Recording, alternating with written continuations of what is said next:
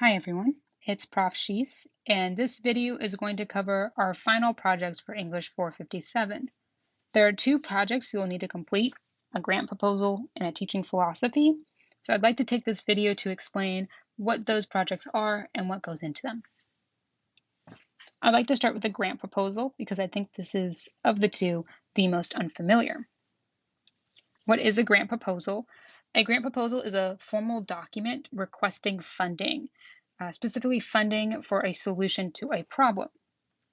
So there is an entity or group that has money and you want a piece of that money, but you will have to convince them that it's worth giving you the money, that you're a good investment. So you'll have to write some sort of document justifying it. For our purposes, we're going to focus on a problem and solution related to TESOL.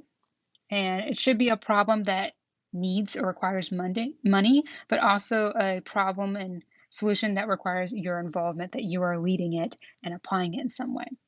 So some examples could be asking for money to buy a set of dictionaries for your classroom because you have students of diverse languages. You might propose a professional development session because you notice that your colleagues would benefit from learning more about culturally responsive teaching. Or it could be funding a field trip so that your students can apply some material they've learned in class. In all these examples, they need some money and it's a solution to a problem that you are leading.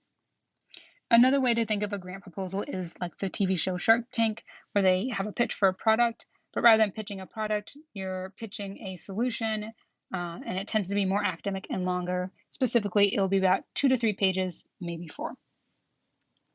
What goes into all those pages? There are 4 things you need to prove in order for the entity that has the money to give you that money.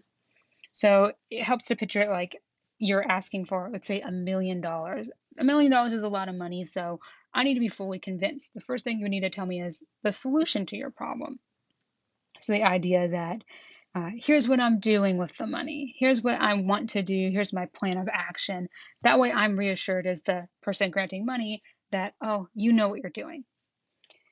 The next step is you want to prove that this really is a problem and that your solution is really strong. So you'd want to cite theories, cite articles, cite your personal experience to tell the reader this is real and this is important, it's impactful. So you might talk about, find some articles that have data that suggests this really would work, or you might have cite a second language acquisition theory to show that it's so valid.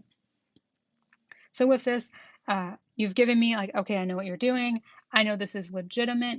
The third thing then is to address WIDA and state standards because there are a lot of things that are backed by research, but are they what we need as a school or community? So you'd cite a state or WIDA standard to show like, yes, this is building on our curriculum. The last thing to show is how you are going to actually use the money, such as a budget, schedule, or example lesson. So if you're asking for $1 million, I don't know where that money is going, how that's going to be distributed. So you want to outline clearly for the reader where all those dollars are going. To kind of help illustrate this, I have an example. The example is rough. This is not exactly what your proposal would look like, but it's the general idea of each of those sections. So to start, what is my idea?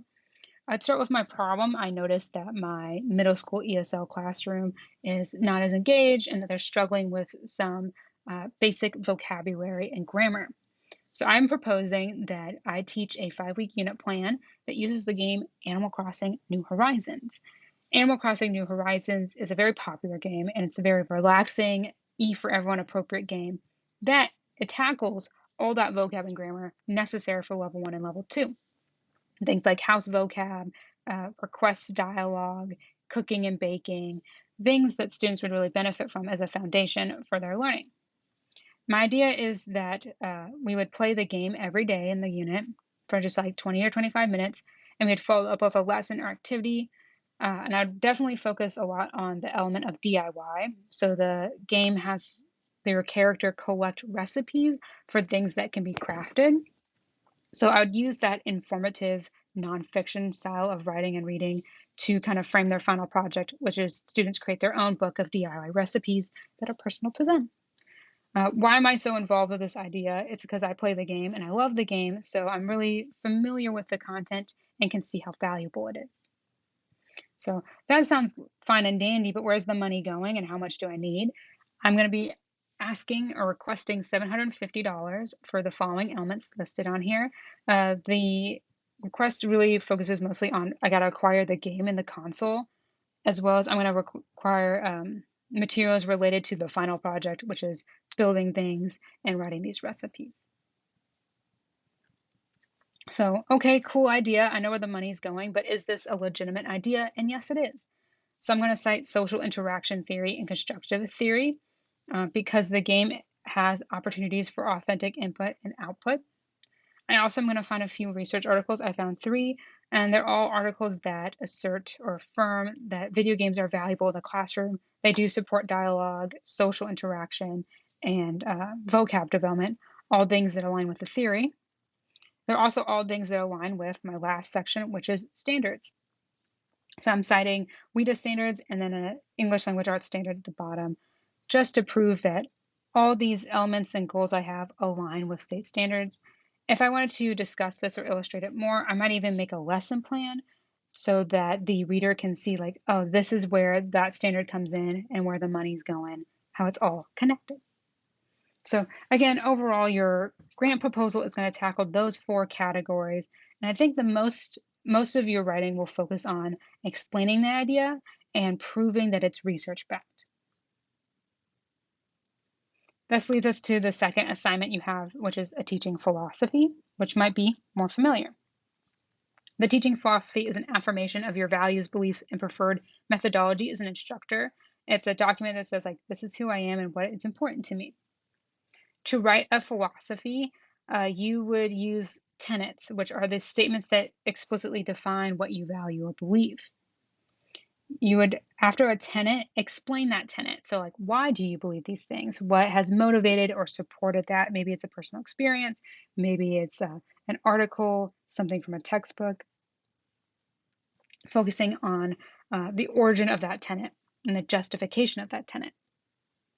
This then leads to actualization. So it's not enough just to believe something, we have to apply it as an instructor. So you'd want to take the time to explain what this looks like in your classroom, like an activity, a policy, classroom design, how you actualize that belief. So that would make up like one tenet, like a tenet with its explanation, oh my gosh, actualization. And then you would repeat that. You would have several tenets to fill 2 to 3 pages. For our purposes, I asked that you address all the TESOL standards. So there were 5 of them. And the reason I want to do all those standards is because we want a well-rounded teaching philosophy. If your teaching philosophy is just like, I like games, I like TPR, I like this method, this approach, that sounds great, but then it leaves some gaps of like, well, are they assessing? Is this instructor engaged in professional development? So if by addressing all the TESOL standards, we get more well-rounded and we show that we're truly embodying all the avenues or requirements of a teacher. So to review the 5 TESOL standards, we have the first one is language acquisition theories. So you would affirm how you believe language is acquired. You know, are you a cognitivist? Are you a social interactionist? Are you universal grammar? What's the theory that you align with? Second is sociocultural factors. So you would assert the importance of culture or how culture influences your teaching. Third was lesson planning. So you would discuss methodology, approaches, pedagogy that are important to you. The fourth is assessment. So you would describe how you think assessment should be applied and why assessment is important. And the fifth one is professional development. So you would look into how impactful like reflection or engaging with the field is to you, and also what you have to offer to our field. So again, we address that 2 to 3 pages. I have an example of one tenet. So this is a tenet for standard 1 or about second language acquisition. I affirm my teaching practice is best informed by sociocultural and input interaction models. I then move on to explain that. I'm going to cite Long, Swain, and Vygotsky, specifically the idea that they incorporate input, output, authenticity, scaffolding, and social interaction. And all these elements, why are they so important to me? It's because I value the mindset that errors are natural, that it's okay to make mistakes, and I feel that Long, Swain, and Vygotsky account for that, that their beliefs about language acquisition allow people to make mistakes and learn from mistakes, and I think that's a healthier mindset. It builds confidence, emphasizes communication, which I think is more productive. So that's why it's so important to me. In terms of acquisition, how is this applied? I apply these theories through activities that involve collaboration and problem solving, because that is the input, output, and authenticity. So, a particular example is I had an activity where students write commercials. The unit involves watching commercials, breaking them down, and then scripting their own and performing them. So that sequence of steps is scaffolding. There's input with watching commercials. There's output with their script and performance. It's social because they're working in groups. So it's truly an activity that embodies that whole theory and demonstrates that I can create these active learning moments and these long-term connections for language. So this is just one tenet, and I would have, I think, 5 of these total covering all those standards. So that's the 2 projects I would like you to complete for your final.